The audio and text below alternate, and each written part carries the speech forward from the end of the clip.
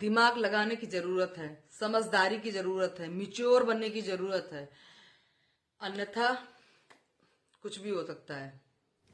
मुझे नहीं लगता कि अब शायद मनीषा से भी कुछ ठीक हो पाएगा। सुबह उठ बोलो तो तानेबाजी इनडायरेक्टली इन शॉर्ट हो जा रहा है। कोई मन मन में फील हो रहा है कि नहीं यार, गिल्ट है बहुत सारा। कभी कभी मन कर रहा है सब कुछ छोड़ के गायब ही हो जाओ, एकदम लुप्त हो जाओ।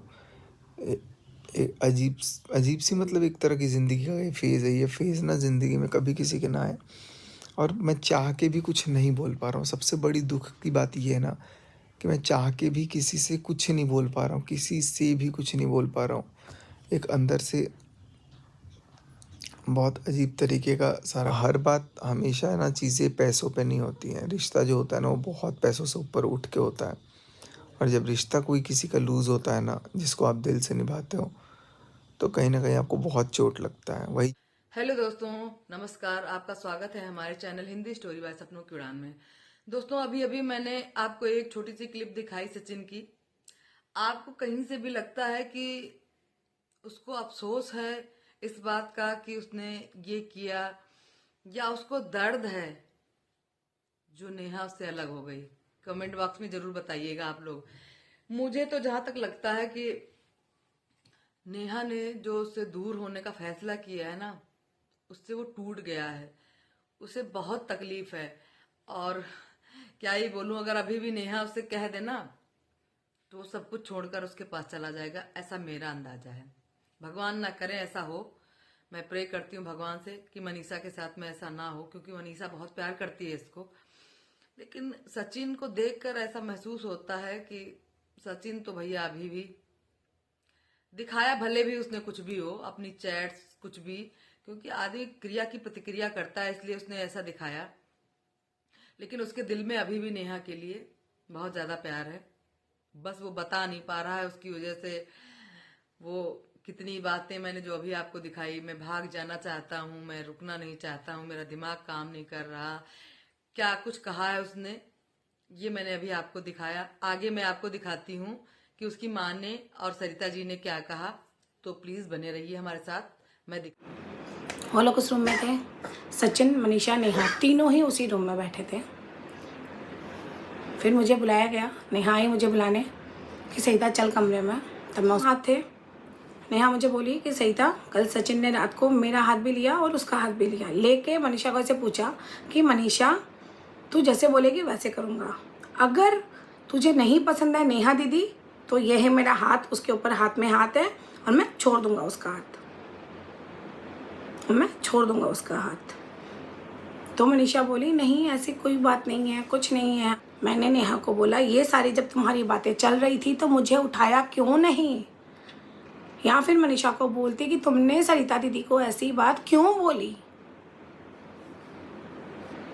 क्योंकि जो बात मनीषा ने मुझे बोली थी उसके बाद ना तो मेरी मनीषा से इस मैटर में कोई कन्वर्सेशन हुई, ना मेरी सचिन से। क्योंकि मुझे पता चला कि नेहा ने मुझे बताया कि मनीषा ने पहले दिन रात को करीबन 8:30 से 9 बजे के भीतर एक वीडियो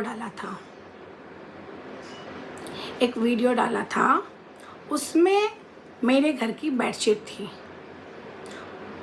ठीक है, मेरे ही घर की बेडशीट थी। तो वो वीडियो लाइव हुआ, मैंने तो देखा नहीं। वीडियो लाइव हुआ और आधे घंटे के अंदर मनीषा की सासू माँ का फ़ोन आया मनीषा के पास। और फिर उनकी क्या बात हुई वो भी मुझे नहीं पता। इतना ही पता है कि उसकी सासू माँ का फ़ोन आया उसके पास। सारी बातें मैं सोच रही थी, तब मुझे ये फील हुआ कि मनीषा जो मेरे घर पे रुकी हुई थी वो दबाव में रुकी हुई थी, वो कंफर्टेबल नहीं थी। बोला, देख नेहा, ये सारी चीज़ें हैं। मनीषा ने मुझे बोलना, तेरी मम्मी से ये बुलवाना, सचिन की मम्मी का ये रोल, मनीषा का वीडियो डिलीट करवाना, ये सारी चीज़ें जो भी हो रहा है, ये सब चीज़ों में मैंने नेहा को ये बोला कि नेहा, इसमें जो तेरा रोल था ये सबसे, तू मेरी नज़र में यहाँ थी, मेरी नज़र में यहाँ आ गई, मतलब और भी नीचे। और कट टू कट मैंने उसको वर्ड में क्या बोला था पता है? नेहा, तू मेरी नज़र से गिर गई, पॉइंट टू पॉइंट मैंने नेहा को ये वर्ड टू वर्ड बोला था, झूठ नहीं बोल रही हूँ। जानते हैं दोस्तों, जब सरिता के घर में ये लोग बर्थडे पार्टी में गए थे, सचिन, मनीषा और नेहा, ये सब लोग गए थे, तो वहां पर जो कुछ भी हुआ उसकी भनक इसको लग गई थी, सरिता को, इसलिए वो थोड़ा सा रूडली व्यवहार कर रही थी, बहुत रूखा रूखा सा। और क्योंकि उनके घर गए थे ये लोग, इसलिए वो खुलकर कुछ बोल नहीं पा रही थी। उसके बावजूद भी उस लेडी ने खुलकर नेहा को कहा कि तुम मेरी नजरों से गिर गई, जो शायद उसके मम्मी पापा ने आज तक उसको नहीं बोला। वो उसने उसको बोला और समझाया, लेकिन उस टाइम पर इन लोगों ने उसका बहुत विरोध किया, उसको अलग कर दिया, उसको उससे सब लोगों ने किनारा काट लिया। सब लोगों ने एक मंडली बना के अपना अलग फैमिली करने लगे और उनको अलग कर दिया। अभी सब लोग सॉरी सॉरी सॉरी मांग रहे हैं उससे। जो सच्चाई होती है वो कभी नहीं छुपती, एक ना एक दिन सामने आ ही जाती है। तो दोस्तों, मेरा यहाँ पे कहना है कि आप लोगों ने सरिता जी की बातों से क्या, हाँ, वहां पे थोड़ा सा उन्होंने कहा कि उनकी माँ का जो है कुछ भी बात हुई मनीषा से, जो कम्युनिटी पड़ी थी मनीषा ने डाली थी, उन्हीं के घर से मनीषा ने कम्युनिटी डाली और उन्होंने उनकी सास का फोन जब मनीषा की आया कम्युनिटी देखने के बाद, तो उसने 1 घंटे के अंदर ही कम्युनिटी डिलीट कर दी, ये उसने बताया। लेकिन सास ने उसके बदले में क्या कहा, आप सुनिए जरा उनको, और उन्होंने क्या बताया, आप लोग देखिए जरा। हमारे बच्चे कहाँ जाते हैं आते हैं हमसे बताते नहीं हैं। सरिता जी के यहाँ गए हैं या भोपाल गए हैं या कहीं गए हैं, सचिन जहाँ भी जाते थे मनीषा, हमको नहीं पता था। कि आप झूठ नहीं बोल रही हैं, हम भी झूठ नहीं बोल रहे हैं। हम भी कसम खा के कहते हैं भगवान का कि हम मनीषा से कभी ऐसा कुछ बात नहीं बोले हैं।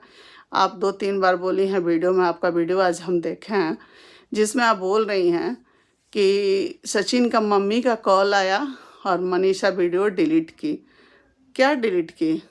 हम तो वीडियो आपका देखे हैं तो शौक हो गए भाई, हम कब फ़ोन किए हैं मनीषा को, ऐसा कुछ तो है नहीं।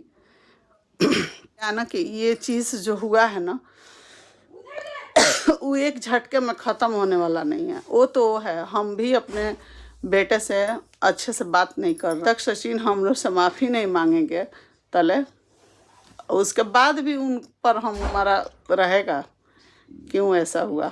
देखा दोस्तों आप लोगों ने कैसे सचिन की मम्मी ने कसम खाकर अपने आप को प्रूफ किया कि मैं कुछ नहीं जानती थी, मनीषा से मेरी इस संबंध में कोई बात नहीं हुई है।